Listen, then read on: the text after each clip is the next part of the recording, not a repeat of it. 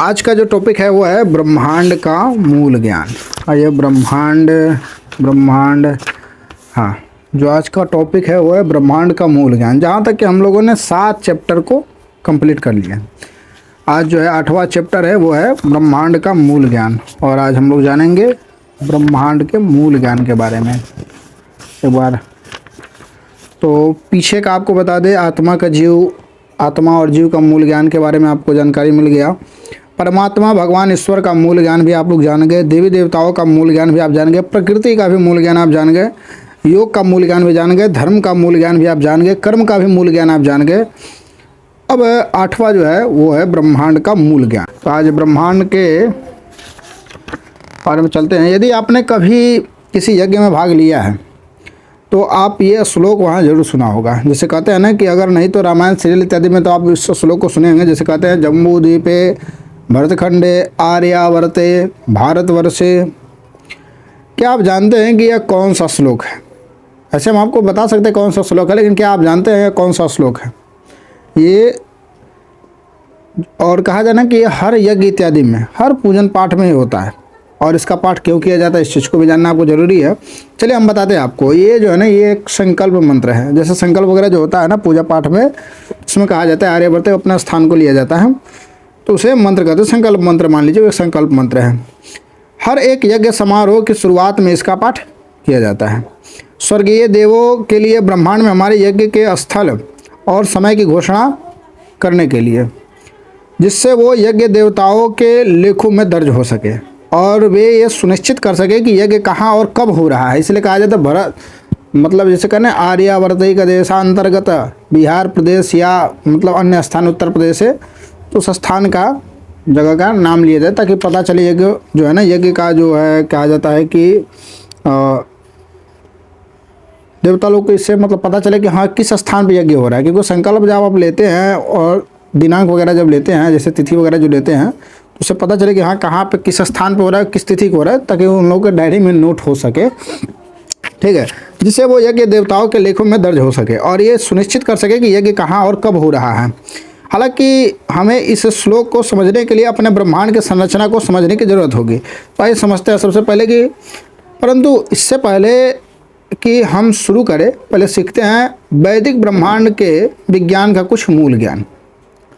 हम मनुष्य संपूर्ण ब्रह्मांड के अस्तित्व में से उतने ही भाग को देख और समझ सकते हैं जितना हमारी भौतिक इंद्रियों द्वारा देख और समझने के लिए बनाया गया है। और उसको भी हम ठीक वैसे ही देखेंगे और समझेंगे जैसे देवी देवताओं को हमने दिखाना चाहते हैं। हमारी भौतिक इंद्रिय अस्तित्व को केवल 3 डायमेंशन अर्थात आयाम में देख सकती हैं। बाकी के डायमेंशन को हमारी सीमित इंद्रियों के माध्यम से नहीं देखा जा सकता। कुछ विद्वानों के मुताबिक कुल 64 डायमेंशन है। हालांकि हमें शास्त्रों में अब इसका कोई प्रमाण नहीं दिखा है। मनुष्य दृष्टि से केवल अस्तित्व के स्थूल पहलुओं को देख सकती है, जो कि तीव्र दृष्टि की तुलना में ब्रह्मांड का बहुत ही कम विवरण माने डिटेल्स पाती है। मतलब कहा जाए आपके पास सूक्ष्म दृष्टि और एक होता है दिव्य दृष्टि, तो आप उतना ही देख सकते हैं जितना आपके ऊपर निर्भर किया गया है, बताया गया, जिस हिसाब से आपको बनाया गया है। जबकि दिव्य दृष्टि ब्रह्मांड के ज़्यादातर डायमेंशन और उसके सूक्ष्म पहलुओं को देख पाती है। उन डायमेंशन सीमाओं को सामान्य मनुष्य पार नहीं कर सकता, परंतु ऐसे 2 तरीके हैं जिनसे मनुष्य उन डायमेंशन सीमाओं को पार कर ब्रह्मांड के अन्य भागों तक पहुंच सकता है। पहला, आवश्यक कार्मिक योग्यता प्राप्त करके। दूसरा, किसी ऐसे व्यक्ति का आशीर्वाद प्राप्त करके जिससे के पास पहले से ही वो कार्मिक योग्यता हो, जैसे कि देवता, पूज्य ऋषि इत्यादि। ठीक है, इस संपूर्ण अस्तित्व को शास्त्रों में अचिंत्य प्रकृति बताया गया है, जिसका अर्थ है कि उसे पूरी तरह से समझा नहीं जा सकता है। उसको ब्रह्मा द्वारा भी नहीं, यहाँ तक कि ब्रह्मा द्वारा भी उस चीज़ को नहीं समझा जा सकता है। परंतु शास्त्रों ने हमारे लिए इस ब्रह्मांड का विवरण मनुष्य के लिए 3 डायमेंशन में सरल करके दिया हुआ है। जहाँ हम पृथ्वी को मात्र एक गोले के रूप में देखते हैं, परंतु अगर उसे मल्टी डायमेंशन दिव्य दृष्टि से संपूर्ण रूप में देखा जाए तो वह एक गोले से कहीं ज़्यादा अधिक है। और एक कहा जाए वो गोले नहीं, वो उससे भी कहीं ज़्यादा अधिक है। तो जानिए, वैदिक ब्रह्मांड विज्ञान का विषय इतना विशाल है कि अगर पूरा पुस्तकालय भरकर भी उसके ऊपर साहित्य लिख दे फिर भी उसे पूर्ण न्याय नहीं दे पाएंगे। मतलब इतना बड़ा है ब्रह्मांड। ज़रा सोचिए, यहाँ हम यहाँ पर हमारे महान अचिंत्य ब्रह्मांड के बारे में बात कर रहे हैं। क्या सच में हम इतने मूर्ख हैं जो ये सोच रहे हैं कि हम जो उस महान ब्रह्मांड की धूल रज के 10 लाखवें हिस्से के बराबर भी नहीं हैं, हम उस अचिंत्य ब्रह्मांड को संपूर्णता से समझ सकेंगे? सोचने वाली बात है। हालांकि इस माध्यम से हम उस संपूर्ण ब्रह्मांड के ज्ञान को 0 डॉट अगर 0 100 भी लिख देते हैं और लास्ट में 1 लिख देते हैं तो उतना परसेंट, एक मतलब 100 जीरो के बाद 1% मानिए हिस्से का मुख्य ज्ञान हो सके, इतनी सरलता से जानने का प्रयास करें, मतलब एकदम सूक्ष्म तरीके से सरलता से प्राप्त हो सके। तो भारतवर्ष की जिसे हम आज इंडिया समझते हैं वो शास्त्रों के अनुसार संपूर्ण भारतवर्ष नहीं है। जिसे आप इंडिया कहते हैं वो संपूर्ण भारत है। भारत बहुत बड़ा है, हम बता रहे हैं आपको। ये भारत खंड भी नहीं है। भारत खंड वर्तमान इजराइल से लेकर के इंडोनेशिया तक प्रसारित है, जो कुल 9 खंडों में, मतलब एक संरचना है, 9 खंडों में विभाजित है, जो कुल 9 खंडों में से मात्र एक है। जैसे में पहला है ऐन्द्र खंड, दूसरा है कशेरु खंड, तीसरा है ताम्रपर्ण खंड, चौथा है गभस्तिमत खंड, पांचवा है नाग खंड, छठा है सौम्य खंड, सातवां वरुण खंड, आठवां गंधर्व खंड और 9वां जो है भारत अर्थात कुमारिका खंड। इस 9 खंडों को मिलाकर बनता है भारतवर्ष, जो कि वो पूरी तरह मतलब पूरी पृथ्वी है जिसे हम देख सकते हैं। और इसका एक चित्र है वो हम आपको दिखा देंगे। अब ये भारतवर्ष जम्बूद्वीप पर 8 पर्वत श्रृंखलाओं द्वारा अलग अलग किए कुल 9 वर्षों में से मात्र एक वर्ष है, और वो भी जम्बूद्वीप के सबसे दक्षिणी छोर पर सबसे छोटा वर्ष है। एक जम्बू का जो आप देख सकते हैं डायमेंशन आपको दिखाई देगा। जम्बूद्वीप जो है ना उस हिसाब से बनाया गया है। 9 versus 9 mountains and major rivers अर्थात नदी इत्यादि के बारे में दे रहे हैं। हाँ, जम्बूद्वीप के सबसे दक्षिणी छोर पर हिमालय पर्वत श्रृंखलाओं द्वारा अलग किया गया है वो सबसे छोटा वर्ष हमारा भारतवर्ष, हमारी संपूर्ण पृथ्वी है। अन्य 8 वर्षों में अर्थ दिव्य लोग रहते हैं, जो उनके उस वर्ष के अध्यक्ष देवता के रूप में भगवान नारायण के एक रूप की पूजा करते हैं। जैसे कि केतुमल वर्ष भगवान प्रद्युम्न अर्थात कामदेव, जिसे ना एक 9 हिस्सों में पूरा विभाजित है। उसी तरह बता रहे हैं आपको। पहला है केतुमल वर्ष, जहाँ भगवान प्रद्युम्न जहाँ के मेन है, कामदेव को पूजन होती है वहाँ पे। दूसरा है हरिवर्ष, जहाँ भगवान नरसिम्हा के पूजन है, जैसे प्रहलाद महाराज के यहाँ रहते हैं। तो इसको अगर डिटेल में समझे ना, जैसे जम्बूद्वीप के दक्षिणी छोर पर हिमालय पर्वत श्रृंखलाओं द्वारा अलग अलग किया गया, तो सबसे छोटा वर्ष हमारा भारतवर्ष ही हमारा संपूर्ण पृथ्वी है। मानिए एक तरह से एक चक्र हो गया, उसमें 9 विभाजित किया गया, 9 खंड बनाया गया है, तो उसी में भारत भी एक भारतवर्ष हो गया। ये वर्ष टाइप में लिखा हुआ है यहाँ पे। तो अन्य 8 वर्षों में अर्ध दिव्य लोग रहते हैं, अर्ध दिव्य। बाकी जो है ना भारतवर्ष में ना दिव्य लोग रहते हैं, और जैसे अन्य 8 में अर्ध दिव्य लोग रहते हैं, जो उनके उस वर्ष के अध्यक्ष देवता के रूप में भगवान नारायण के एक हिस्से की पूजा करते हैं। जैसे कि केतुमल वर्ष में भगवान प्रद्युम्न अर्थात कामदेव की पूजन करते हैं। हरिवर्ष में भगवान नरसिंह अर्थात जहाँ प्रहलाद महाराज रहते हैं। उसके बाद तीसरा है इलावर्त वर्ष, भगवान संकर्षण, यहाँ भगवान शिव माता पार्वती के साथ रहते हैं। असली कैलाश यहाँ इलावृत वर्ष में स्थित है। चौथा है उत्तर कुरु वर्ष, भगवान वाराह के लिए। 5वां हिरण्यक वर्ष, भगवान कुर्म के लिए। 6ठा रम्यक वर्ष, भगवान मत्स्य के लिए। 7वां किम पुरुष वर्ष, भगवान राम के लिए, यहाँ हनुमान जी भी अपनी वानर सेना के साथ रहते हैं। 8वां भद्रस्व वर्ष, भगवान हयग्रीवा। 9वां भरत वर्ष, यहाँ भगवान नर नारायण रहते हैं। अब ये 8 वर्ष 8 पर्वत श्रृंखलाओं में LWH का मतलब कॉम्बिनेशन में आते हैं। LWH के से अलग अलग होते हैं। जैसे श्रृंगवन पर्वत जो है ना 60,000 2,000 ऐसे 10,000 योजन के बराबर, मतलब उतना बड़ा है। उस तरह श्वेत पर्वत का 81,500, नील पर्वत 93,300 और 2,000 प्लस 10,000 योजन का है। मतलब इसे आप समझिए ना लंबाई वगैरह चौड़ाई इस सब के माप से बनाया हुआ है। बनाया हुआ नहीं, वो बनाया पहले से है। उसके बाद माल्यवान पर्वत हो गया 34,000 करीब में, माने एक तरह 34,000 ऊंचाई हो गया और 2,000 आपका लंबाई हो गया, 10,000 चौड़ाई हो गया। इस हिसाब से अपना बनाया गया है, उतना योजन बराबर है। उसके बाद है 5वां गंधमादम पर्वत, 6ठा निषाद पर्वत, 7वां हेमकूट पर्वत और 8वां हिमालय पर्वत, जो कि 60,000 2,000 प्लस 10,000 योजन का है। एक योजन को कभी कभी 8 किलोमीटर के रूप में लिया जाता है, तो कभी कभी 14 किलोमीटर। सटीक नाप की पुष्टि अभी नहीं हुई है, मतलब एक योजन में लोग 8 भी लेते हैं, 8 किलो भी और 14 किलो भी लेते हैं। इसका कोई माप पूर्ण रूप से हुआ नहीं है। मानिए एक तरफ से 60,000 योजन को जब आप 14 से ले लीजिए या 8 से मल्टीप्लाई करेंगे तो आपको पता चल जाए कितना ऊंचा, कितना लंबाई चौड़ाई में पहाड़ है। और 11वें वर्ष के मध्य में जम्बूद्वीप के केंद्रीय धुरी के रूप में खड़े हुए पर्वतों के सम्राट सुमेरु पर्वत हैं, अर्थात सुवर्ण पर्वत उसको कहा जाता है। सुमेरु अर्थात सुवर्ण पर्वत। सुमेरु जो है ना अति शुद्ध दिव्य सोने से बना है, जो कि उल्टे शंकु के आकार में कमल के बीज कोष की तरह स्थित है और संपूर्ण ब्रह्मांड के केंद्र में ब्रह्मांड का अध्यक्ष अर्थात कॉस्मिक एक्सिस बन के खड़ा है। गीता के 10वें अध्याय के 23वें श्लोक में कृष्ण कहते हैं कि मेरु शिखरिणाम महम, शिखर पर्वतों में मैं मेरु हूँ। अब तो समझ ही लीजिए कि ब्रह्मांड का केंद्र हम नहीं है, भगवान विष्णु है। सुमेरु के स्थान से ही दिशाएं तय की जाती है जहाँ हम भी खड़े होते हैं, और वहाँ से सुमेरु जिस दिशा में होता है वह उत्तर दिशा हो गया, और उसी हिसाब से अन्य 9 दिशाएं बनती है। सुमेरु ही स्वर्ग जैसे और ऊंचे लोकों तक जाने का मार्ग है। सुमेरु की कुल 8 ऊंचाई है, 1 लाख योजन है, जिसमें से पृथ्वी तल के ऊपर 84,000 और नीचे 16,000 योजन है। मतलब पृथ्वी से ऊपर इतना है और उसके नीचे इतना है। समझे ना, 84,000 ऊपर और 16,000 नीचे है, और पृथ्वी से उतना बड़ा सुमेरु का आकृति है। और यहाँ पे आकृति हमारे पास है, हम आपको दिखा देंगे, अब देखिएगा इसमें। मेरु पर्वत की चोटी पर भगवान ब्रह्मा का विशाल नगर है, जिसे ब्रह्मपुरी के नाम से जाना जाता है। ब्रह्मपुरी के चारों ओर 8 मुख्य लोकपालों के 8 नगर हैं, जो अपने अपने उन दिशाओं में स्थित है जिनके वे शासक हैं। अष्टदिक्पाल है, अष्टलोकपाल है। दिक्पाल अर्थात लोकपाल, इन लोगों की रक्षा जो करते हैं। 8 दिशाओं से संरक्षक और उनके नगर के नाम है वो दिया गया है, बता रहे। जैसे कुबेर उत्तर दिशा के हो गए, उनको महोदय कहा जाता है। यम दक्षिण दिशा, जिन्हें संयमी कहते हैं। इंद्र पूर्व दिशा, जिन्हें अमरावती कहते हैं। वरुण पश्चिम दिशा, जिसे श्रद्धावती कहते हैं। ईशान शिव, पूर्वोत्तर यशोवती। अग्नि दक्षिण पूर्वे तेजोवत। वायु उत्तर पश्चिम गंधवती। नृत्य दक्षिण पश्चिम कृष्णगण।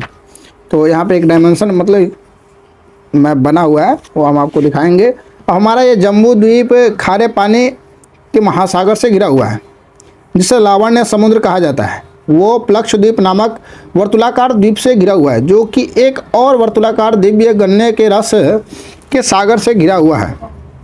इसी तरह कुल 7 वर्तुकार द्वीप हैं, जो अलग अलग अलौकिक तरल पदार्थों के 7 वर्तुलाकार महासागरों से घिरे हैं, जहाँ हर एक वर्तुल पिछले वाले के आकार से 2 गुना बड़ा है। जैसे 7 द्वीप 7 महासागर योजन में उनकी चौड़ाई बता रहे हैं यहाँ पे।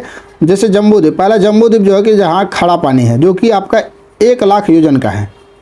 जम्बू द्वीप हम लोग किस द्वीप पे हैं? जम्बू द्वीप पे ही हैं। उसके बाद आते हैं प्लक्ष द्वीप, जिसे कहा जाता है गन्ने का रस का स्वाद का वहाँ का पानी रहता है। वो जो द्वीप है, जैसे आप हम लोग जिस द्वीप पर रहते हैं उसको कहते हैं जम्बू द्वीप। और यहाँ के जो आप समुद्र का पानी इत्यादि देखेंगे तो वो खड़ा रहता है। उसी तरह प्लक्ष द्वीप जो है ना, वहाँ गन्ने का रस का स्वाद की तरह बना हुआ है, वो गन्ने का रस की तरह, वो है 2 लाख योजन का। उसके बाद है सालमाली द्वीप। जब संकल्प वगैरह जब करते हैं तो उसमें आपको ये लिया जाता है। तो सालमाली जो द्वीप है वहाँ मदिरा है, 4 लाख योजन का है। यहाँ गरुड़ देव 1100 योजन ऊंचे सालमाली वृक्ष पर रहते हैं। वहाँ मतलब सालमाली जो द्वीप है, सालमाली द्वीप, उस पर वहाँ गरुड़ जी उससे भी 1100 ऊपर योजन ऊंचे सालमाली वृक्ष पर रहते हैं। उसके बाद आता है कुश द्वीप, जहाँ पे शुद्ध मक्खन, वो भी कितना 8 लाख योजन में फैला है शुद्ध मक्खन। 5वां है क्रौंच द्वीप, जहाँ दूध है, जो कि 16 लाख योजन के बराबर में, 16 लाख योजन में है पूरा दूध। उसके बाद है 6ठा शाक द्वीप, जहाँ पे दधी 32 लाख योजन में फैला हुआ है। 7वां है पुष्कर द्वीप, जहाँ मीठा पानी है, जो कि आपका 64 लाख योजन में है। यमराज जी का एक और दिव्य कमल है, जहाँ पे वे विराजमान है। साथ ही वरुण देव का निम्नलोक और इंद्रदेव का देवलोक भी यहीं पे है। फिर शुरू होता है मानसरोवर पर्वत, जो कि 10,000 योजन का है। मानसरोवर जो पर्वत है वो 10,000 योजन का है। लोकवर्ष स्वर्ण भूमि 1,57,50,000 योजन का है। उसके बाद लोकालोक जो पर्वत है वो है आपका 8,22,000 योजन का है। उसके बाद आलोक वर्ष जो है वो है आपका 12,33,00,000 योजन का है।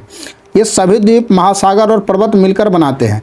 1 बिलियन माइल त्रिज्या का है भूमंडल, जिससे भूलोक भी कहा जाता है। अब यहाँ पे जो है ना ये एक बना हुआ है, वो जो कि आपको साइड में हो सके तो दिखाई देगा। उसके बाद है हमारा ये भूमंडल, एक के ऊपर एक स्थित 14 लोकों में से सिर्फ एक है। 6 ऊपरी लोक है, और मानिए जब 6 ऊपर है तो 6 नीचे हो रहा है ना, 7 एक के ऊपर एक स्थित कुल 14 लोकों में से सिर्फ एक है हमारा ये भूमंडल जिसमें हम रहते हैं, वो एक भूमंडल हो गया। उस जैसे बनाए आप ऐसे ले लीजिए कि एक ये हो गया, उसके ऊपर ऐसे करके 14 लोक हो गया। तो 14 में हम लोग जैसे बीच में ऐसे बैठे हैं तो एक लोक में हम लोग हैं यहाँ पे। तो उसी तरह ऊपर ऊपर ऐसे लोक बना हुआ है, तो उस हिसाब से बना हुआ है। और सबसे पहले है ना सत्यलोक, जिसे कहते हैं ब्रह्मलोक, ब्रह्मा जी और माता सरस्वती का घर है। इसके ऊपर ब्रह्मांड का अंत और वैकुंठ की शुरुआत होती है। उसके बाद आता है तपलोक, ब्रह्मा जी के मानस पुत्र के ये आपका मानस पुत्र सनत कुमार और सनत सनक सनंदन सनातन, ये चारों यहाँ पे रहते हैं, कहाँ पे तपलोक में। उसके बाद आते हैं जनलोक में, वर्तमान और भूतपूर्व सप्तर्षि जो है ना, सप्तऋषि अपनी पत्नियों के साथ यहाँ रहते हैं। उसके बाद है महर्लोक, भविष्य के सप्तऋषि ब्रह्मर्षि और महर्षि जिन्होंने घोर तपस्या की और यहाँ रहते हैं। उदाहरण के लिए ऋषि कण्व, ऋषि ऋषिका, ऋषि मार्कंडे, ऋषि व्यास वगैरह। उसके बाद आते हैं स्वर्लोक, स्वर्ग लोक अर्थात इंद्रलोक, भगवान इंद्र और अन्य देवताओं का घर यहाँ है। इंद्रदेव यहाँ अपनी पत्नी, भाई और सौतेले भाई और उनकी पत्नियों के साथ रहते हैं। आदित्य, गंधर्व, मरुत और रुद्र, वसु यहाँ रहते हैं। उसके बाद आते हैं भूवरलोक, भूवरलोक भूलोक और स्वर्गलोक के बीच के स्थान को अंतरिक्ष या भूवरलोक कहा जाता है। यहाँ यक्ष, राक्षस, भूत और प्रेत रहते हैं। नवग्रह सूर्य, चंद्र, मंगल, बुध, बृहस्पति, शुक्र, शनि, राहु और केतु यहाँ पे सभी के घूमने की धुरी की भूवरलोक में है। मतलब धुरी एक बनाया हुआ, लाइनिंग बनाया हुआ कि हाँ कैसे अपना घूमना है, तो वो ये आपका भूवरलोक में। नवग्रह ये सब कहाँ रहते हैं? भूवरलोक में रहते हैं। और इसी ये सब महरलोक में रहते हैं। यहाँ एक बनाया हुआ है वो दिखा देंगे आपको। उसके बाद फिर आता है हमारा भूलोक, जिसको कहते हैं मृत्युलोक, जहाँ पे हम लोग रहते हैं। मृत्युलोक जिसको कहते हैं पृथ्वीलोक अर्थात पृथ्वी, यहाँ रहते हैं हम नश्वर, मनुष्य और जानवर। पूरे विस्तृत ब्रह्मांड में से एकमात्र स्थान है जहाँ भारतवर्ष नामक कर्मभूमि अस्तित्व धारण करके करे हुए हैं। ये कर्मभूमि पूरे ब्रह्मांड में एकमात्र स्थान है जहाँ एक व्यक्ति उच्च लोकों में आनंद लेने के लिए कर्म या तप कर सकता है और फल कमा सकता है, या फिर वो उसी जन्म में योग करके भौतिक जगत से ही बाहर निकल सकता है, मोक्ष प्राप्त कर सकता है और पुनः आध्यात्मिक जगत में जा सकता है, जो कि स्वर्गलोक में भी कर पाना असंभव है। इसलिए देवतागण भी भारत की सौभाग्य भूमि में जन्म लेने के लिए तत्पर रहते हैं। पूरे ब्रह्मांड में अन्य सभी स्थान या तो भोग भूमि है जहाँ लोग उच्चतम स्तर के सुखों का आनंद लेते हैं, या पाप भूमि है जहाँ उन्हें उनके पापपूर्ण कार्यों के लिए दंडित किया जाता है। भारतवर्ष के सिवाय अन्य भूमि और लोकों में किसी को भी अपनी आजीविका के लिए कोई मेहनत नहीं करनी पड़ती है। वे ज्ञान, आयु, रंग, बल, धन और वंश के कारण होने वाले परिवर्तनों के अधीन नहीं है। वहाँ ऐसा कोई परिवर्तन नहीं है, एक सामान्य ही सब है। अन्य सभी स्थानों पर ये सभी चीज़ें केवल इच्छा से ही प्राप्त हो जाती हैं। वे बीमारियां, थकान, बुढ़ापे से पीड़ित नहीं होते हैं। उनका जीवन विभिन्न प्रकार के सुखों का आनंद लेने के लिए। तथापि भारतवर्ष में ही 4 युगों के चक्र का प्रभाव होता है। पूरे भूमंडल में हर जगह केवल त्रेता युग ही चलता है और लोग औसतन 10,000 साल जीते हैं। उसके बाद आता है 7वां निरंतर लोक, निम्नंतर लोक, जिसको पाताल लोक भी कहते हैं और सप्तलोक भी मानिए उस तरफ से। अतल लोक, उसमें 7 लोक ले लीजिए। अतल लोक, यहाँ दानवों का शासन मय दानव के पुत्र बल द्वारा किया जाता है, मतलब बल द्वारा किया जाता है। अतल लोक अति सुंदर प्रलोभिकाओं का निवास भी है। उसको आता है अतल के बाद वितल लोक। वितल लोक, यहाँ शिव भगवान, यहाँ भव अर्थात शिव भवानी द्वारा शासित भूतगण रहते हैं और वे अपना भव्य जीवन सोने के खनन और एकत्रीकरण करते हुए जीते हैं। सुतल लोक, यहाँ बलि महाराज द्वारा शासित असुर रहते हैं जिन्हें वामन देव ने हराकर इस लोकों का शासन दिया था। वामन देव आज भी स्वयं बलि के द्वारा रक्षक है। उसके बाद आता है तलातल लोक, यहाँ प्रसिद्ध दानव वास्तुकार माया दानव और उनका परिवार रहता है, जो रावण की पत्नी मंदोदरी के पिता थे। शिव जी ने त्रिपुरा के 3 शहरों को नष्ट करके तलातल माया दानव को देकर उसकी रक्षा का वचन दिया था। बल मय दानव का सबसे बड़ा पुत्र है जो अतल लोक पर शासन कर रहा है। उसके बाद आता है महातल लोक। यहाँ कई मस्तक वाले नाग अपने दुश्मन गरुड़ से बहुत दूर शांतिपूर्ण सुखी जीवन जीते हैं, जिनका नेतृत्व तक्षक, कालिया, सुषेण और कुका करते हैं। उसके बाद आता है रसातल लोक। यहाँ दानव और दैत्य रहते हैं जो देवों के हमेशा के शत्रु हैं। वे नागों की हर तरह सुरंगों और गुफाओं में रहते हैं। अब देखिए यहाँ जो दानव है नागों की तरह गुफा बना कर रहते हैं, सुरंग इत्यादि में रहते हैं। उसके बाद आता है पाताल लोक, अर्थात मानिए पाताल मतलब नागलोक ले लीजिए।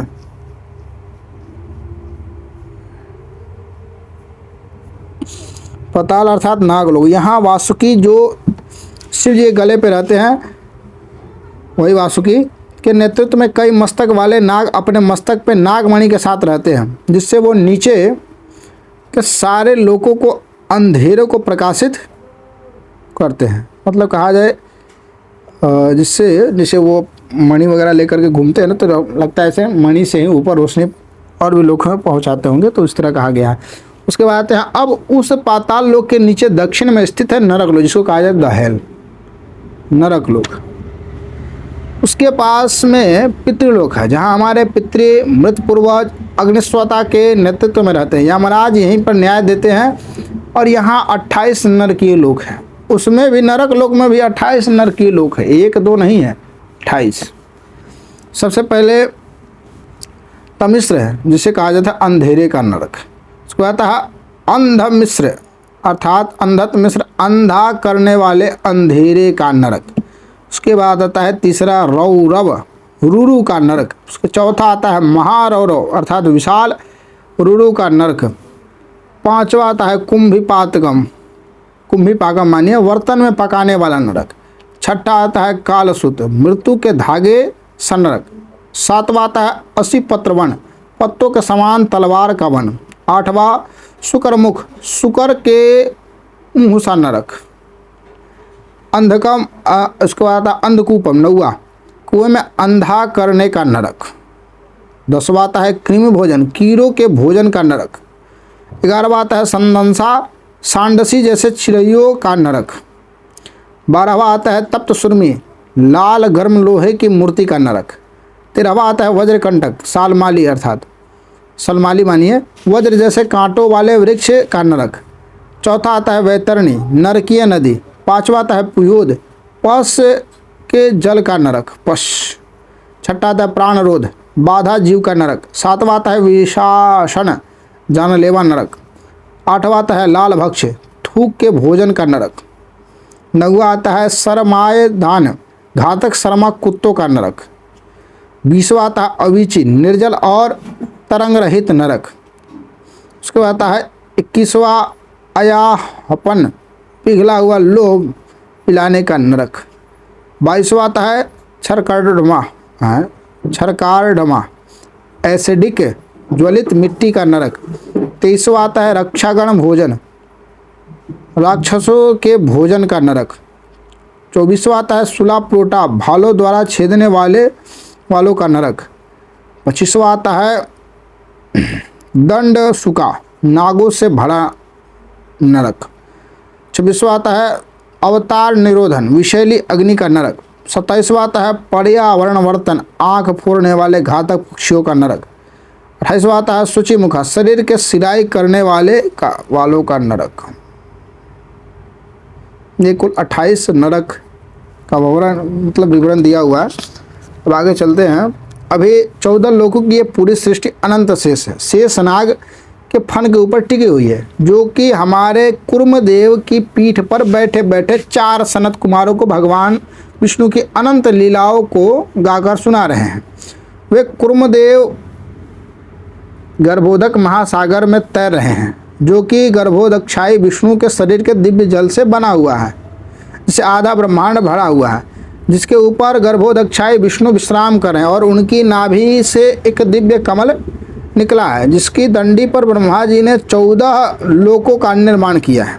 यहाँ पे आपको पिक्चर फोटो हो सके तो साइड में आपको दिख रहा हो तो देख सकते हैं। यहाँ पे ब्रह्मा जी ऊपर हैं और यहाँ पे विष्णु गर्भोदक्षाई विष्णु है, कुर्म है, उसके बाद यहाँ पे नरक वगैरह सब चीज़ का यहाँ भोरलोक, स्वर्लोक, जनलोक, तपलोक, सत्यलोक, ये पूरा लोक विवरण दिया हुआ एकदम यहाँ पे इस हिसाब से बनाया गया है। और गर्भोदक समुद्र है, विष्णु है वहाँ पे। तो 14 लोकों का निर्माण किया, जिसके डंडे पे ब्रह्मा जी ने 14 लोकों का निर्माण किया। वही डंडी पे भगवान विष्णु यहाँ पे है ना, तो उन्हीं के जो है ना इसे शयन कर रहे हैं, तो उन्हीं के जो कमल का जो डंडी है उसी पे ऐसे करके 14 लोक का निर्माण किया। अब समझिए, जिनमें से सबसे ऊपर सत्यलोक है, जहाँ ब्रह्मा जी उस दिव्य कमल के ऊपर बैठे हैं और जिससे उनका जन्म हुआ था। उसके बाद और ये सब कुछ बसा है ब्रह्मांड, अर्थात ब्रह्म धन अंड। जब यहाँ पे ब्रह्म धन अंड करते हैं तो अंदर, जो कि अंदर से एक अंडे की तरह खाली, और जिसके बाहर 7 विभिन्न तत्वों से 7 विशाल आवरण हैं। प्रत्येक आवरण पिछले वाले से 10 गुना बड़ा है। सप्तभीर 10 गुणोत्तरेत अंडकोशः, अर्थात कहते हैं पृथ्वी 40 अरब मील, पानी 400 अरब मील, आग 4 ट्रिलियन मील, वायु 40 ट्रिलियन मील, पांचवा है आकाश 400 ट्रिलियन मील, छठा है झूठा अहंकार 4 क्वाड्रिट्रिलियन, अरे तो ट्रिलियन से भी आगे है, क्वाड्रिलियन मील है। सातवां है महातत्व जो कि 40 क्वाड्रिलियन मील है। ये 7 आवरण का कुल विस्तार है 44 क्वाड्रिलियन 444 ट्रिलियन 444 बिलियन मील है। अब इस ब्रह्मांड नामक 7 परतों वाले सुवर्ण अंडे के भीतर हमारे छोटे 14 लोक स्थित हैं, जिसके मध्य में नन्हा सा भूमंडल है, जिसके केंद्र में सुवर्ण पर्वत मेरु के साथ सबसे नन्हा द्वीप जम्बू द्वीप है, जिसके 9 वर्षों में से दक्षिण में बसा सबसे छोटा वर्ष है भारतवर्ष अर्थात पृथ्वी, जिसके 10 खंडों में से एक है भारत खंड, जिसमें आप एक अत्यंत भाग्यशाली आत्मा जो कि B.O.S.S का अमूल्य ज्ञान ले रहे हैं, जो कि उसी ब्रह्मांड के रचयिता परमेश्वर के सेवक के सेवक, परमेश्वर के सेवक के सेवक, सेवक के सेवक अर्थात मेरे द्वारा लिखे गए इस ब्रह्मांड के दिव्य ज्ञान को ले रहे हैं, जिसे पढ़ने मात्र से आप इतने अचंभित हो रहे हो। सोचो ये किसी दिन ये सब देखने को मिले तो क्या ही अनुभव होगा। मतलब आप इस चीज़ को जब आप सुन रहे हैं तो समझिए कितना ऐसा हो रहा है, और जब आप इसको देखने को मिलेगा तब कैसा लगेगा आपको। परंतु रुकिए, अभी समाप्त नहीं हुआ, अभी यहाँ तक मात्र एक ही ब्रह्मांड की बात हमने कही। हमारा ब्रह्मांड जो कि वास्तव में सबसे छोटा है, अभी यहाँ से सफ़र और भी दिलचस्प होता है, क्योंकि यहाँ से शुरू होता है मल्टीवर्स, यानी अनेक ब्रह्मांडों के अस्तित्व का सिद्धांत। अभी तो एक ही का ब्रह्मांड का बात कर रहे थे, अनेक मल्टी यूनिवर्स, जैसे माने एक तरफ से मल्टीवर्स जिसको कहते हैं। हाँ, हमारा ब्रह्मांड एकमात्र ब्रह्मांड नहीं है, कारण सागर में ऐसे अरबों खरबों ब्रह्मांड एक साथ तैर रहे हैं। उनमें से कुछ हिस्सों में 10 गुना बड़े हैं, कुछ 1000 गुना, तो कुछ 10 मतलब 1000, तो कुछ आपका 10 लाख, और कुछ उससे भी अधिक है। और उन सभी ब्रह्मांडों में उतने ही बड़े लोक, भूमंडल, सुमेरु, जम्बूद्वीप, और वैसे ही उनके उतने ही अनंत ब्रह्मा, विष्णु, शिव, देवी देवता जो मिलकर हमारे जैसे अनंत मनुष्यों और अन्य जीवों का ध्यान रखते हैं। ब्रह्मांड जितना बड़ा ब्रह्मांड जितना बड़ा है, उसके ब्रह्मा के सिरों की संख्या उतनी ही अधिक है। जैसे कि हमारा ब्रह्मांड सबसे छोटा है, हमारे ब्रह्मा के 4 सिर हैं, और कुछ ऐसे ब्रह्मांड हैं जिनके ब्रह्मा के पास 100, तो किसी के पास 1000, किसी के पास 10,000, तो किसी के पास 10 लाख भी हैं, ऐसे सिर हैं। और आपका द्वारिका लीला से इसके बारे में हम जान सकते हैं। जैसे कि द्वारिका में जब ब्रह्मा जी श्री कृष्ण से मिलने आए, उन्होंने द्वारपाल से पूछा कि कौन से ब्रह्मा आए हैं, तो ब्रह्मा जी ने आकर उनसे प्रश्न किया, आपने ये क्यों पूछा कि कौन से ब्रह्मा आए हैं, क्या मेरे सिवाय और भी ब्रह्मा हैं? ये सुनकर भगवान श्री कृष्ण मुस्कुराए और अपनी आंखें बंद कर ली, और क्षण भर में ही करोड़ों ब्रह्मा वहाँ आ पहुँचे। किसी के 10 सिर थे, किसी के 20, किसी के 100, किसी के 1000, किसी के 10,000, किसी के 100, मतलब मानिए 100,000, और किसी के 10 लाख, तो किसी के 10 करोड़, और उनके चेहरे की संख्या कोई गिन नहीं सकता था। ये देख के ब्रह्मा जी को समझ आया कि वो तो कोई हाथियों के बीच में सिर्फ एक खरगोश के बराबर है। मतलब ब्रह्मा जी एक थोड़े हैं, यहाँ पे जैसे फोटो दिया हुआ है अनेकों ब्रह्मांड का बना हुआ है। ये सभी असंख्य ब्रह्मांड है। कारण कि सागर में योग निद्रा में विश्राम कर रहे हैं कारणोदक्षाई विष्णु के शरीर के छिद्रों से एक साथ बाहर निकलते हैं, मतलब निकले हैं तो शरीर से सब निकला हुआ ब्रह्मांड है सब। हर बार जब वो सांस छोड़ते हैं तो असंख्य ब्रह्मांड बाहर आते हैं, और हर बार जब वो सांस लेते हैं तो सब उनके शरीर में वापस चले जाते हैं। और जैसे ही सभी ब्रह्मांड वापस अंदर बाहर जाते हैं वो फिर से सांस छोड़ते हैं, और असंख्य और ब्रह्मांड निर्मित होकर के उनके शरीर से बाहर आते हैं, और वे अनंत काल से इसी तरह सांस लेते आ रहे हैं। और भौतिक अस्तित्व का ये अनंत चक्र यूं ही चलता आ रहा है। ब्रह्मा के अनुसार मल्टीवर्स इस प्रकार कार्य करता है, मतलब ब्रह्मांड के अनुसार मल्टीवर्स इसी प्रकार काम करता है। और एक और प्रकार का मल्टीवर्स काल के ऊपर अनुसार कार्य करता है। कैसे, इसके बारे में हम आपको अध्याय 9 अर्थात काल समय में बात करेंगे, जो अगला चैप्टर आएगा उसमें, जैसे काल जहाँ पे है उस चैप्टर में बताएंगे। अभी आगे बढ़ते हैं। तो ये सारा जो हमने बताया वो मिलाकर बनता है हमारा भौतिक अस्तित्व, जो कि संपूर्ण अस्तित्व का मात्र 25% है। अब यहाँ से शुरुआत होती है आध्यात्मिक अस्तित्व की, जो कि पूर्ण अस्तित्व का अधिक 75% है। अध्यात्म जगत की शुरुआत अत्यंत उज्जवल रोशनी से होती है, जिसे कहते हैं ब्रह्म ज्योति, जो कि स्वयं अध्यात्म जगत का दिव्य तेज है। इसमें 3 आध्यात्मिक गुणों में से एक सत अनंता है, परंतु शेष 2 नहीं है, चित्त अर्थात चेतना, और सबसे महत्वपूर्ण आनंद। ब्रह्म ज्योति उन लोगों का मोक्ष स्थान है जो शून्यता पर ध्यान करते हैं। नास्तिक जो नास्तिक दार्शनिक और जो भगवान के हाथों मरकर मुक्ति प्राप्त करता है, ये पार करते हुए पहला ही धाम है हमारा अपना नित्य कैलाश, हमारे भगवान सदा शिव का निवास। भगवान शिव का शाश्वत रूप, उनसे सभी ब्रह्मांडों में रुद्र और शंकर का अंश आता है। यहाँ वो हमेशा माँ जगदम्बा, उमा पार्वती और उनके प्रिय भक्तों के साथ रहते हैं। वो पार करने के बाद आता है अयोध्या धाम अर्थात साकेत लोक, जहाँ माँ सीता के साथ भगवान राम शाश्वत रूप में रहते हैं। इस अयोध्या धाम के चारों ओर भगवान नारायण के सभी अनंत विस्तारों के असंख्य धाम हैं, जिसमें नरसिंहदेव, वाराहदेव, मत्स्यदेव, कुर्मदेव और आदि सबके धाम समाहित है। और इन सभी धामों के समूह से बनता है वैकुंठ लोक।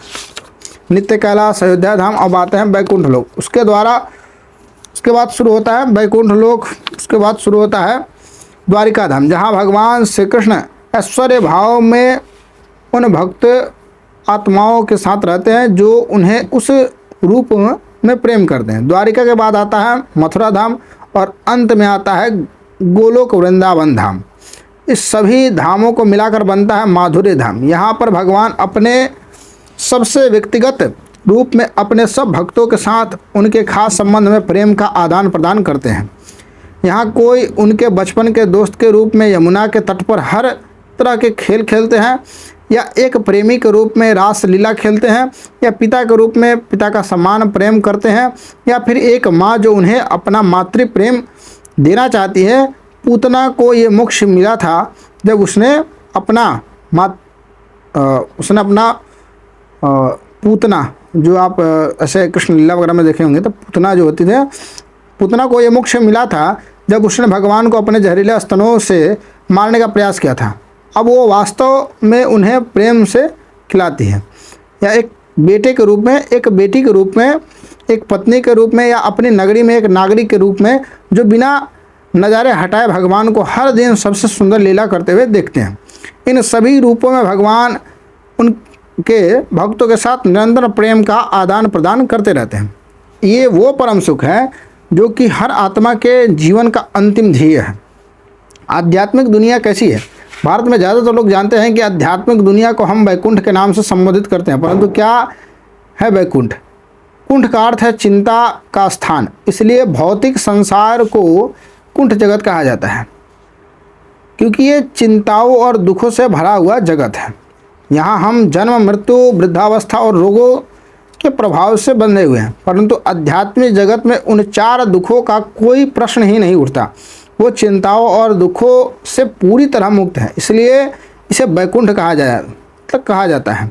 अर्थात चिंता और दुख से मुक्त, बस आनंद हो और उल्लास से भरा हुआ है, वही है वैकुंठ। आध्यात्मिक दुनिया की सुंदरता का वर्णन करते हुए शास्त्र कहते हैं कि इस भौतिक दुनिया में हमने जो कुछ भी सुंदर या महान देखा है, अनुभव किया है, वो सब आध्यात्मिक अस्तित्व का मात्र छापा हुआ एक छाया है, रूप है। छाया माने एक तरफ से परछाई मान लीजिए। वैकुंठ में लक्ष्मी नारायण की पूजा करते हुए चतुर्भुज श्रद्धालु लोग, यहाँ पे वैकुंठ का ऐसे चित्र बना हुआ है, आपको भी साइड में कहीं दिख सके, देखिए।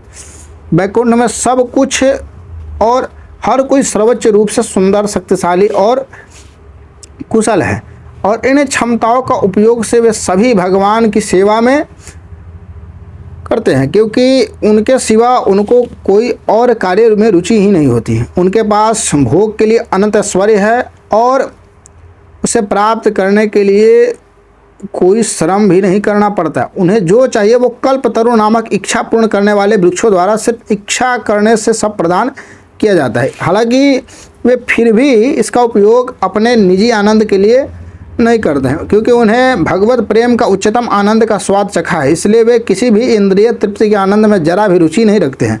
और चूंकि वे काम, क्रोध, लोभ, ईर्ष्या आदि अनर्थों से पूरी तरह मुक्त है, वहाँ कोई भी दोगली प्रकृति का नहीं है। वे सभी एक दूसरे के प्रति व्यवहार में निष्ठावान, सहज, शुद्ध और अत्यंत प्रेम से भरे हुए हैं, और यही हमारा अपना शाश्वत घर है। ये वो जगह है जहाँ हम हमेशा से थे। जाने अनजाने में यही वो अनुभव है जिसे हम भौतिक दुनिया में आनंद बंद करके, आँख जो है ना, आँख को बंद करके जन्मों जन्मों से हर चीज़ और हर कार्य में खोज रहे हैं। मतलब यहाँ कहा जाए यही हमारा अपना शाश्वत घर है, और वो जगह है जहाँ हम हमेशा से थे। जाने अनजाने में यही वो अनुभव है जिसे हम भौतिक दुनिया में आंख बंद करके जन्मों जन्मों से खोज रहे हैं, वो कार्य करके खोज रहे हैं। और क्योंकि हम इसे खोजने में असफल हो रहे हैं, हम हमेशा असंतुष्ट हो रहते हैं, किंतु हम जानते हैं कि ऐसी भावना वास्तव में है, इसलिए हम इसे पाने के लिए भौतिक दुनिया में हर तरह की चीज़ों को करने की लालसा नहीं छोड़ते हैं। हालांकि साधु, गुरु और शास्त्र हमारी आंखें खोलते हैं और हमें वास्तविकता दिखाते हैं, ताकि हम माया के दिए इस मायावी सुख की लालसा करना बंद कर दें और भगवान द्वारा दिए इस वास्तविक सुख की और काम करना शुरू कर दें। अर्थात कहा गया है, नित्यो नित्यानाम चेतनस्वे चतानाम एको बहूनाम यो विधाति कामन। अर्थात एकदम स्पष्ट लिखा है, नित्यो नित्यानाम चेतनस्वे तनानाम एको बहूनाम यो विधाति कामान। परंतु यदि हमारे पास इतना सुंदर जीवन था तो हम इसे भयानक भौतिक दुनिया में आखिर कैसे पहुँचे? यही प्रश्न सही है, भौतिक दुनिया में हम कैसे पहुँचे? कारण है कि हमारा अहंकार। जी हाँ, भगवान को एक प्रेम करने वाले धनी पिता के रूप में समझिए। जी हाँ, भगवान को मतलब पिता के रूप में समझिए, जो अपने बेटे से बस इतना ही चाहते हैं कि वो उनके परिवार के साथ खुशी से रहें और उनके पास जो संपत्ति है उसका साथ में मिलकर आनंद ले। परंतु अहंकारी पुत्र अकेले ही आनंद लेना चाहता है, जहाँ वो भूल जाता है कि उसकी खुशी का स्रोत उसके पिता और परिवार है। इसलिए एक दिन वो अपने पिता से कहता है कि वो उसे अपनी संपत्ति का एक हिस्सा दे और उसे अलग से आनंद लेने दे। पिता कहते हैं कि एक हिस्सा क्यों, ये सब तुम्हारा है, हमारे साथ रहो और परिवार के साथ हर चीज़ का आनंद लो। परंतु नहीं, उसे अपने पिता का पैसा चाहिए है, परंतु पिता नहीं। जैसे दुर्योधन नारायणी सेना चाहता था, परंतु स्वयं नारायण को नहीं। वो अपना घर छोड़ बाहरी दुनिया में चला जाता है और रास्ते में मिले नए दोस्त बना के ऐश और आराम करने में सारे मिलकर खर्च कर देता है, और अंत में सारे पैसे खत्म होने पर उसके सभी दोस्त भी चले जाते हैं। अब हमेशा अपने पिता के महल की सबसे भव्य सुविधाओं में पले बढ़े उस पुत्र को आज किसी कसाई से पूछना पड़ा कि क्या वो उसे आश्रय देगा। कसाई ने कहा कि ठीक है, मैं तुम्हें अपने खेत में रहने दूंगा, परंतु तुम्हें तबेले में रहना होगा, और जो कुछ बचा कुचा हम खाने के लिए दे वो खाकर रहना होगा। उसने मान लिया इस बात को। उसे गंदे सुअर के तबेले में रहना पड़ता था, गंदे फर्श पर सोना पड़ता था और सुअर का बचा हुआ भोजन खाना पड़ता था, जिसके कारण वो कई प्रकार की बीमारियों से ग्रसित होने लगा था। फिर सालों वहाँ रहकर संघर्ष करने के बाद उसने सीखा कि यदि वो किसी तरह कसाई को अपने दिन रात की मेहनत से प्रभावित करता है तो उस कसाई उस दिन उसे 2 मूंगफली देता है और वो 2 मूंगफली उसके लिए सबसे बड़ी खुशी बन जाती है। इसलिए वे उन 2 मूंगफलियों को पाने के लिए हर प्रकार का प्रयास करके और उसे एक बैग में तबेले के कोने में इकट्ठा करने लगा था। ये सोचकर कि एक बार मुट्ठी भर मूंगफली इकट्ठा होने पर वो एक साथ सभी का आनंद लेगा, परंतु महीनों तक इकट्ठा करने के बाद या तो कोई सूअर उन्हें ढूंढ कर खा जाता था या तो कोई गिलहरी उसे छीन लेते थे या वो कीचड़ में गिर जाते थे। सूअर उन्हें कीचड़ में कुचल देता था और वो फिर से शुरू से उन्हें संग्रह करना शुरू कर देता है। एक दिन जब वो मूंगफली के पूरे बैग को भरने में सफल रहा, परंतु एक सूअर ने उसे छीन लिया और भागने लगा। वो उसके पीछे दौड़ा और उस सूअर से मूंगफली का अपना बैग हथियाने के लिए लड़ने लगा। वहाँ से गुजर रहे उसके पिता ने अपने बेटे को इस दयनीय स्थिति में देखा। वो उसके पास गए और उससे अनुरोध किया कि वो मुट्ठी भर मूंगफली के लिए लड़ना बंद कर दें और उस दयनीय जगह को छोड़कर घर वापस आ जाए और वो सुखी समृद्ध जीवन जिए जिसके लिए तुम बने हो। परंतु वो उन मूंगफलियों से अपना मोह नहीं छोड़ रहा था। ये सोचकर कि उसने उन मूंगफलियों को इकट्ठा करने के लिए इतना कुछ किया, अब वो सब नहीं छोड़ सकता जो उसने अपनी महीनों की मेहनत से कमाया है। परंतु अगर वो अपनी उन मुट्ठी भर मूंगफली के प्रति मोह त्याग दे और अपने अहंकार तथा अपने आप को नियंत्रक बनाने की इच्छा को त्याग कर बस अपने पिता की शरण ले लेता, तो वो पिता अपने बेटे के खुले हाथों से स्वागत करेंगे और बेटे को उस बचे कुचे भोजन और मुट्ठी भर मूंगफली के सूखे के ऊपर उठाकर लाखों गुना बेहतर आनंद की ओर ले जाएंगे। परंतु उसे अपने उस आनंदमय घर वापस लौटने के लिए बस एक ही चीज़ लेनी है, वो है एक निर्णय। वही उसे यहाँ लाया है और वही उसे वापस ले जाएगा। परंतु क्या वो जाएगा? क्या वो अपने झूठे अहंकार और अस्थायी मोह को छोड़ अपने दयालु पिता की ओर बढ़ेगा? खैर, असली सवाल ये नहीं है कि वो क्या करेगा, असली सवाल ये है कि हम क्या करेंगे। हाँ, उस बेटे की भांति हर एक आत्मा को स्वतंत्रता दी जाती है कि वो या तो भगवान अर्थात पिता से प्रेम करे, उनकी सेवा करे और उनके साथ आनंदित रहें, या भगवान से दूर होकर के तथाकथित मायावी भोग के लिए इस भौतिक संसार को कसाई के तबेले में संघर्ष करके स्वयं की तुच्छ सुखों अर्थात मूंगफली के पीछे दौड़े। खैर, अभी के लिए तो हमने पक्का ही मूंगफलियों का तुच्छ सुखों को चुना है, इसलिए हम आनंदादि काल से इस ब्रह्मांड में जन्म और मृत्यु के चक्र को दोहराते हुए संघर्ष कर रहे हैं। परंतु निर्णय कभी भी बदला जा सकता है और हम अपने सनातन पिता की शरण लेने अर्थात मामेकम शरणम व्रजा, मतलब कहा गया है मामेकम शरणम व्रजा का विकल्प चुनकर अपने शाश्वत घर वापस जा सकते हैं, भगवान के पास किसी भी समय। समय की बात करें तो समय क्या है, समय क्यों है और आखिरकार समय काम कैसे करता है। तो आइए अब समय आ गया है समय को समझने का। इसके बाद जो चैप्टर 9वां चैप्टर है वो है काल के ऊपर, और काल का जो है ना उस विषय पे बात करेंगे। तब तक के लिए हर हर महादेव, बहुत बहुत धन्यवाद। जय लक्ष्मी नारायण।